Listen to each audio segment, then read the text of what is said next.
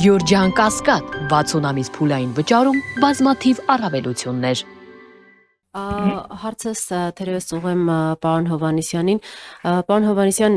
իրավապաշտպանները քննադատում են վարչապետ Նիկոլ Փաշինյանին, որ նա ԱԱԾ-ի միջոցով ստիպում է ցենզուրայի ենթարկել հոգևորականներին, պատարագում իրենց տեքստը, որ 25 տարի շարունակ հնչեցրել են, համեմատելով սա ԿԳԲ-ական գործելավոճի հետ։ Իդեպ Փաշինյանը երեկ հաստատեց, որ նաև ԱԱԾ-ն է այսպես համոզում քահանաներին կրճատել Գարեգին II վեհափառի անունը։ Ինչպես կարձագանքեիք այս քննադատություններին։ Նախ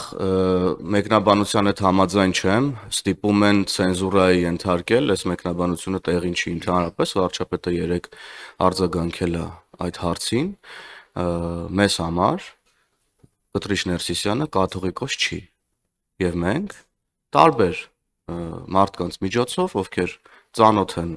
հոգևորականների հետ, պատարագի վերաբերյալ ճշտումներ են իրականացնում եւ մենք ըստ այդմ վարչապետն ըստ այդմ որոշում է մասնակցել այդ պատարագին թե չէ։ Տվյալ հոգևորականը ուրեմն կիսում է եկեղեցու նորոգման օրակարգը թե չէ։ Ըստ այդմ որոշում է կայացվում մասնակցել տվյալ պատարագին կամ չէ մասնակցել։ Ցենզուրայի, ստիպելու, ճնշելու մասին որևէ ուրեմն խոսք չի կարող լինել։ Շնորհակալ եմ։ Այսինքն ԱԱԾ-ն գնում է խնդրում է։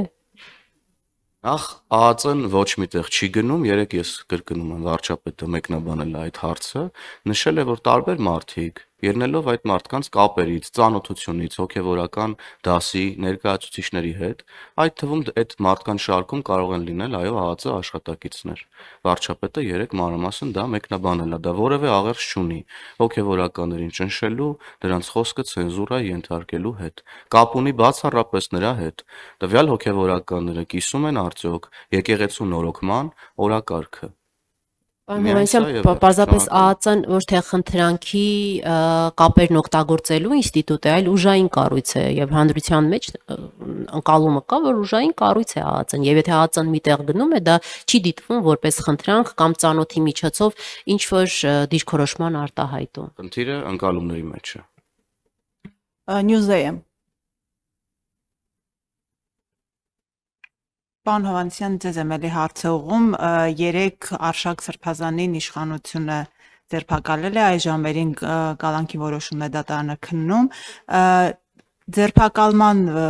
հետագայում, որ քննչական կոմիտեն տարածեց հայտարարությունը, 7 տարվա վաղեմության մի գործ է։ Ինչու է նոր հիշել իշխանությունը այս գործի մասին եւ արդյոք սա այս պահին հերթական ճնշումը չի հերթական Սրբազանին կալանավորելու եւ հակաեկեղեցական, հակակաթողիկոսական արշավի բաղադրիչներից մեկը չէ։